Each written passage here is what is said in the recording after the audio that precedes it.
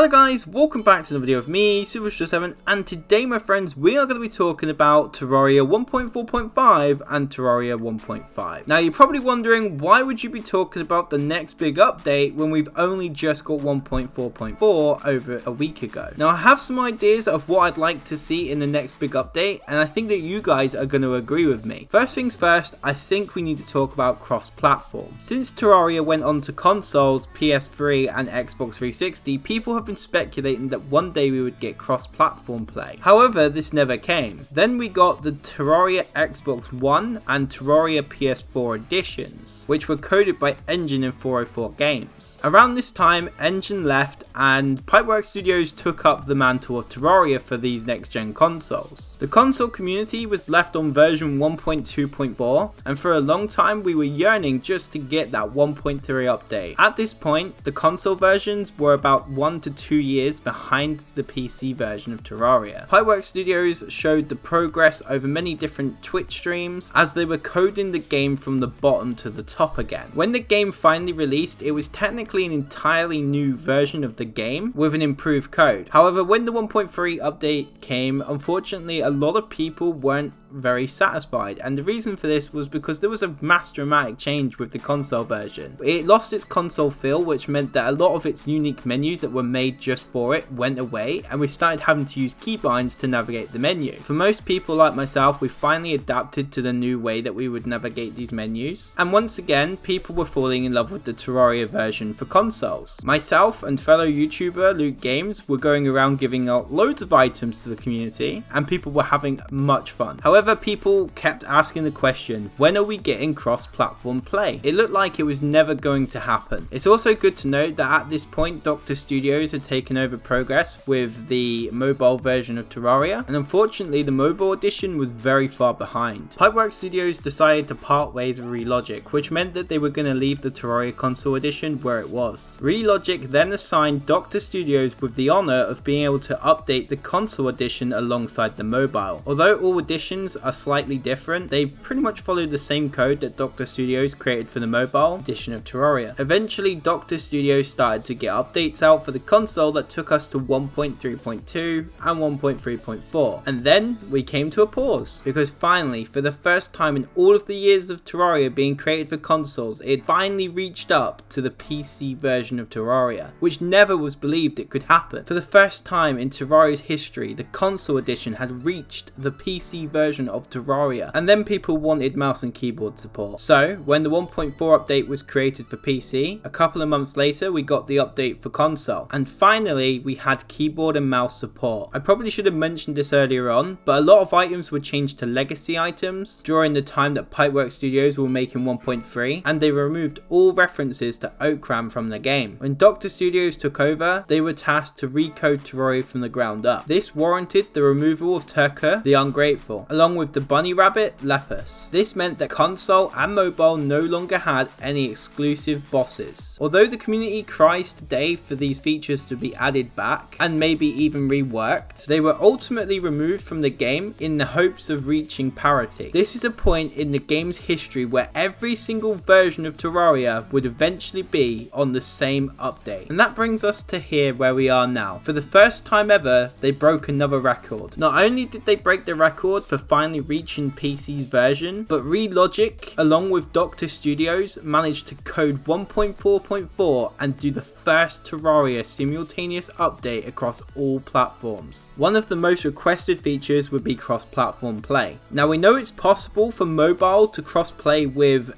Xbox, as we've seen people do it with glitches, so it's definitely on the cards and it will work. But what you've got to remember is that at the moment this is only working in local play, so for this to work with online play it's going to take a lot more coding. It could take a year, we may see it in the next update, but now all consoles are on the same version, we have reached parity, which was one of the goals of Relogic before cross-platform became a thing. Senix did say in one of the forum posts that once all versions of Terraria were at parity, we would start to see work on cross-platform play. It'll be interesting to see how you can have friends from different platforms, whether or not Terraria are going to go in the same direction as Epic Games, where they have Epic accounts, where you could have Terrarian accounts. It'll be interesting to see. Tell me down in the comments down below how you think this would work, and would you like to see cross-platform? Is this one of the things that you're looking at right now, thinking my friend's over on PlayStation 5 and I'm stuck on the Xbox? I don't want to make it too long because this video is already getting very lengthy, but I think there's definitely potential for a new boss to be added to the game. I know for a fact that a lot of people want to see new content after Moonlord, because at the moment you get to Moonlord and the game just ends. Obviously you can go on to purify your world, fight the Empress of Light, fight the Betsy event with the Old One's army, but a lot of people want to see new content. Red has expressed his interest in adding a new boss to Terraria through many cryptic tweets and even some that were direct. One of these was in the form of Monster Hunter and asking them if he could add a Kirin boss. I think there was definitely potential for this to be added in 1.4.4, but he didn't get a reply. If you want to learn more about the Kirin boss, I have a video on my channel which you guys can go and check out, but let's just go over it briefly here. This would have been a lightning elemental boss that would have been in the form of a horse, and it would have been so interesting to see. Leave a comment down below on the different bosses you would like to see be added to the game, or maybe even any of the new items you'd like to see be added. I've quite enjoyed making this video and I would like to see what you guys are saying, so if any of you guys have any suggestions on things you'd like to see in the next update, make sure you drop them down below, because I'll probably be doing another follow-up video where I will be taking some of your opinions and talking about them in a video. Anyways guys, that is it for today's video. If you would like to watch some more, then definitely go check out my channel.